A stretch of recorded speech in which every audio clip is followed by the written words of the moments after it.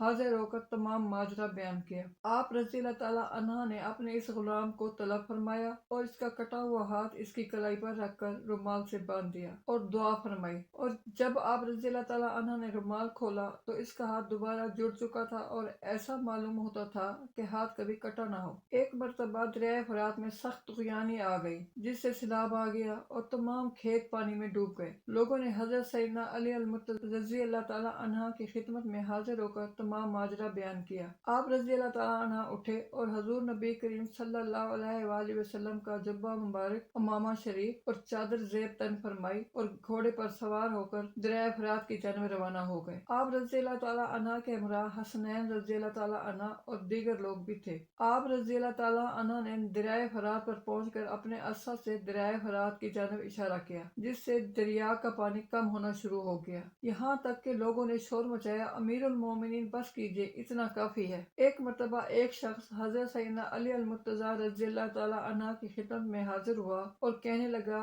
کہ امیر المومنین، میں سفر پر جانا چاہتا ہوں لیکن مجھے جنگلی درندوں سے ڈر لگتا ہے۔ آپ رضی اللہ تعالیٰ عنہ نے اپنی انگوٹھی اس شخص کو دیتے ہوئے فرمایا، جب بھی تمہارے نزدیک کوئی درندہ آئے تم اسے میری انگوٹھی دکھانا اور کہنا کہ یہ علی المرتضیٰ رضی اللہ تعالیٰ عنہ کی انگوٹھی ہے۔ چنانچہ وہ شخص سفر پر روانہ ہوا، راستے میں ایک خونخوار درندہ اس پر حملہ آور ہوا۔ اس شخص نے اس درندہ کو حضرت سیدنا علی المرتضیٰ رضی اللہ تعالیٰ عنہ کی انگوٹھی دکھائی اور کہا کہ یہ حضرت سیدنا علی المرتضیٰ رضی اللہ تعالیٰ عنہ کی انگوٹھی ہے۔ وہ درندہ آپ رضی اللہ تعالیٰ عنہ کی انگوٹھی دے کر بھاگ گیا۔ مقام صفین پر حضرت سیدنا علی المرتضیٰ رضی اللہ تعالیٰ عنہ کا گزر لشکر سمیت ایسی جگہ سے ہوا جہاں پانی دستیاب نہ تھا۔ لشکر نے آپ رضی اللہ تعالیٰ عنہ سے پانی کی نایابی پر شکوہ کیا تو آپ رضی اللہ تعالیٰ عنہ نے ایک جانب جا کر فرمایا کہ یہاں کھدائی کرو۔ چنانچہ اس جگہ زمین کی کھدائی کی گئی لیکن ایک بھاری پتھر آڑے آ گیا۔ حضرت سیدنا علی المرتضیٰ رضی اللہ تعالیٰ عنہ نے آگے بڑھ کر اس پتھر کو ایک ہی جھٹکے میں باہر نکال دیا۔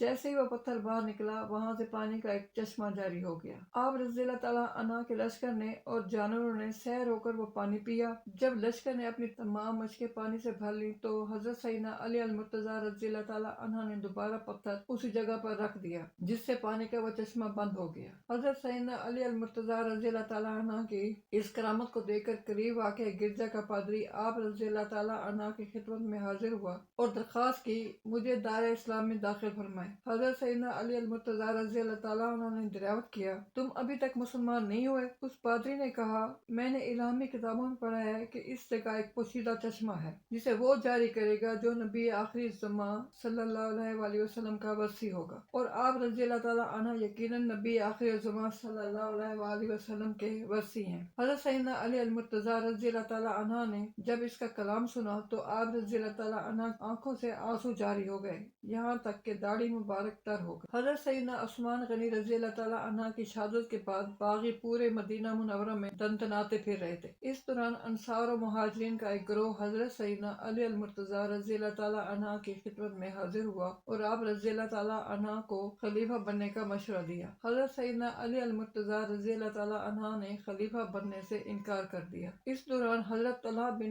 عبید اللہ، حضرت زبیر بن العوام، حضرت عبداللہ بن عمر اور حضرت سعد بن ابی وقاص رضی اللہ تعالیٰ عنہ کو خلیفہ بننے کی بھی پیشکش کی گئی، لیکن ان حضرات نے بھی خلیفہ بننے سے انکار کر دیا۔ جب ان اکابر صحابہ کرام رضی اللہ تعالیٰ عنہ میں سے کوئی بھی منصب خلافت پر بیٹھنے کو تیار نہ ہوا تو باقی پریشان ہو گئے۔ معاملات اب ان کے ہاتھ سے نکلتے جا رہے تھے اور حضرت سیدنا عثمان غنی رضی اللہ تعالیٰ عنہ کو شہید کر کے وہ جو سنگین غلطی کر چکے تھے اس کا خمیازہ اب ساری قوم بھگتنے والی تھی۔ ان باغیوں میں اکثریت مصریوں کی تھی۔ انہوں نے اہل مدینہ کو مخاطب کرتے ہوئے اعلان کیا کہ تم 2 دن کے اندر اپنا خلیفہ نامزد کر لو، کیونکہ تمہارا حکم امت محمدیہ صلی اللہ علیہ وآلہ وسلم پر نافذ العمل ہے۔ ہم اس خلیفہ کی بیعت کر کے واپس چلے جائیں گے، ورنہ ہم تمام اکابر صحابہ کرام رضی اللہ تعالیٰ عنہ کو قتل کر دیں گے۔ اہل مدینہ نے جب باغیوں کا یہ اعلان سنا تو وہ ایک مرتبہ پھر حضرت سیدنا علی المرتضیٰ رضی اللہ تعالیٰ تعالیٰ عنہ کی خدمت میں حاضر ہوئے اور آپ رضی اللہ تعالیٰ عنہ کو خلافت کے لیے قائل کرنا شروع کر دیا،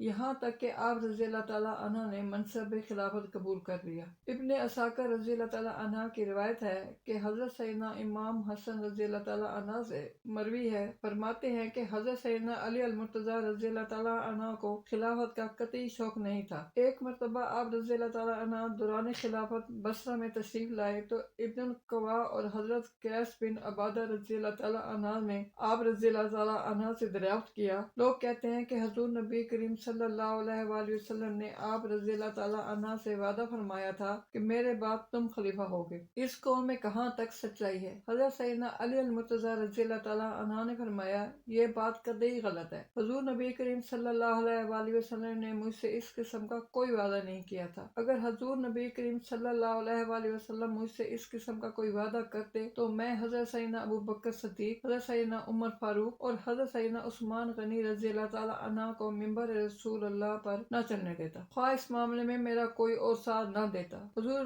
نبی کریم صلی اللہ علیہ وآلہ وسلم نے بحالت مرض و وصال فرمایا اور اپنے مرض کے دوران حضرت سیدنا ابو بکر رضی اللہ تعالیٰ عنہ کو امام مقرر فرمایا، جس سے حضرت سیدنا ابو بکر صدیق رضی اللہ تعالیٰ عنہ کی خلافت کی تصدیق ہوئی اور حضرت سیدنا ابو بکر صدیق رضی اللہ تعالیٰ عنہ بلا شبہ حضور نبی کریم صلی اللہ علیہ وآلہ وسلم کے بہترین جانشین تھے۔ حضرت سیدنا ابو بکر صدیق رضی اللہ تعالیٰ عنہ نے اپنے وصال کے وقت حضرت سیدنا عمر فاروق رضی اللہ تعالیٰ عنہ کو خلیفہ نامزد کیا اور حضرت سیدنا عمر فاروق رضی اللہ تعالیٰ عنہ حضرت سیدنا ابو بکر صدیق رضی اللہ تعالیٰ عنہ کے صحیح جانشین اور سنت نبی پر سختی سے عمل درآمد کرنے والے تھے، اور انہوں نے خلیفہ بننے کے بعد منصب خلافت کا بھرپور حق ادا کیا۔ حضرت سیدنا عمر فاروق رضی اللہ تعالیٰ عنہ کا جب وقت شہادت قریب آیا تو آپ رضی اللہ تعالیٰ عنہ نے مجھ سمیت 6 افراد کو خلافت کے لیے نامزد کیا، کیونکہ وہ نہیں چاہتے تھے کہ کسی ایسے شخص کو خلیفہ نامزد کرے جس کے بارے میں انہیں جواب دہ ہونا پڑے، اور انہوں نے اس